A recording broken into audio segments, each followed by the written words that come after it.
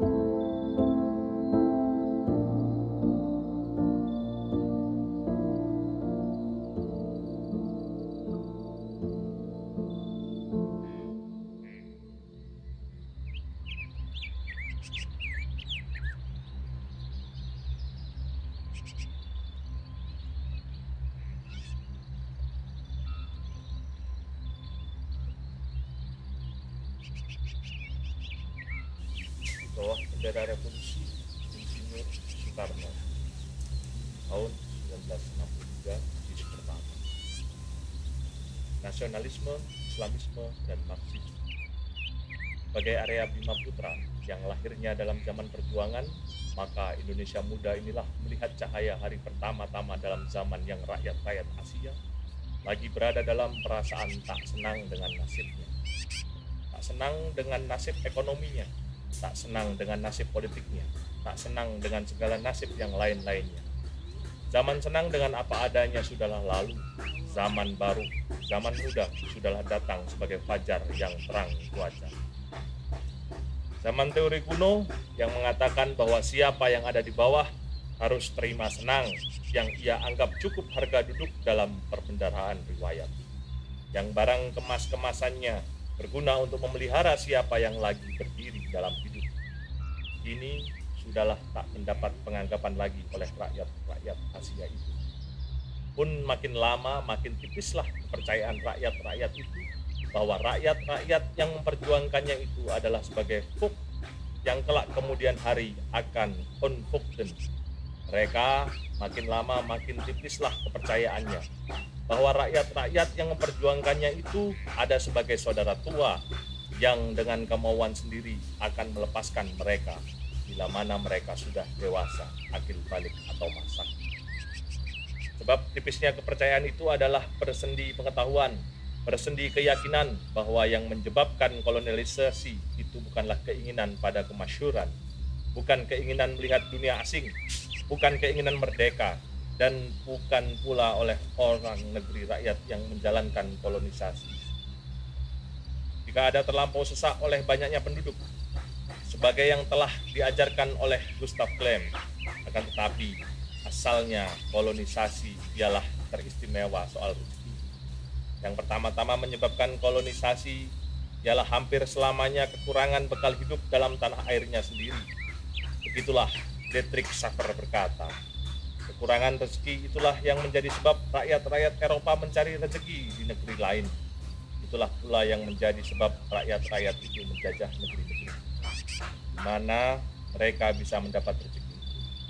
Itulah pula yang membuat unfoldingnya negeri-negeri jajahan oleh negeri-negeri yang menjajahnya itu sebagai suatu barang yang sukar dipercaya. Orang tak akan gampang-gampang melepaskan baku nasinya jika pelepasan bakul itu mendatangkan matinya.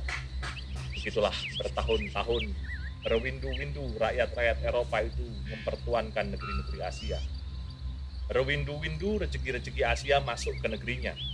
Teristimewa Eropa Baratlah yang bukan main tabah kekayaannya.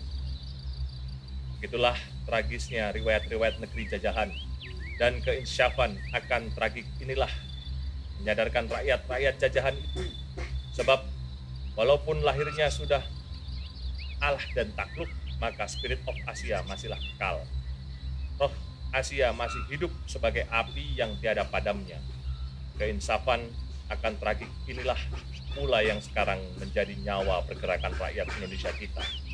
Yang walaupun dalam maksudnya sama, ada mempunyai tiga sifat: nasionalistis, islamistis, dan marxistis.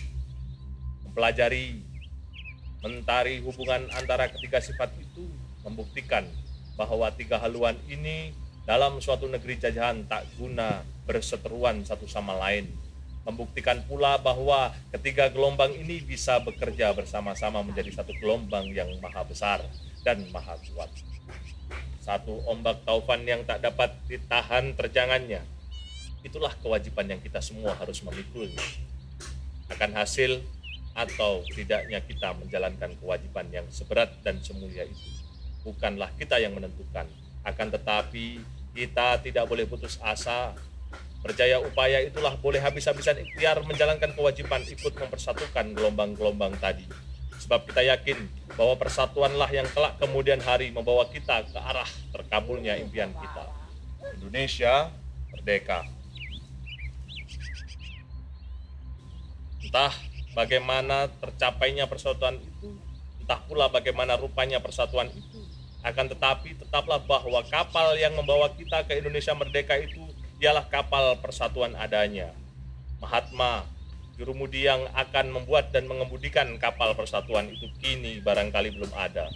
Akan tetapi, yakinlah kita pula bahwa kelak kemudian hari, mustilah datang saatnya yang Sang Mahatma itu berdiri di tengah kita. Itulah sebabnya kita dengan besar hati mempelajari dan ikut meratakan jalan yang menuju persatuan itu.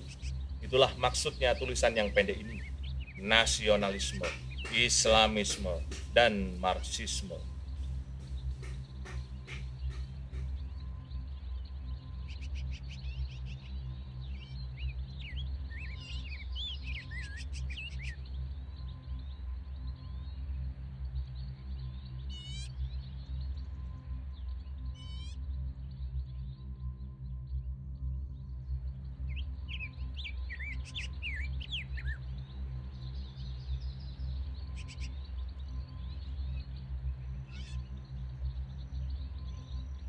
Ternyata sebagai sudut pandang, pokok pikiran, tetap harus ada persatuan untuk menguatkan satu sama lain di dunia baru, dunia persatuan Indonesia.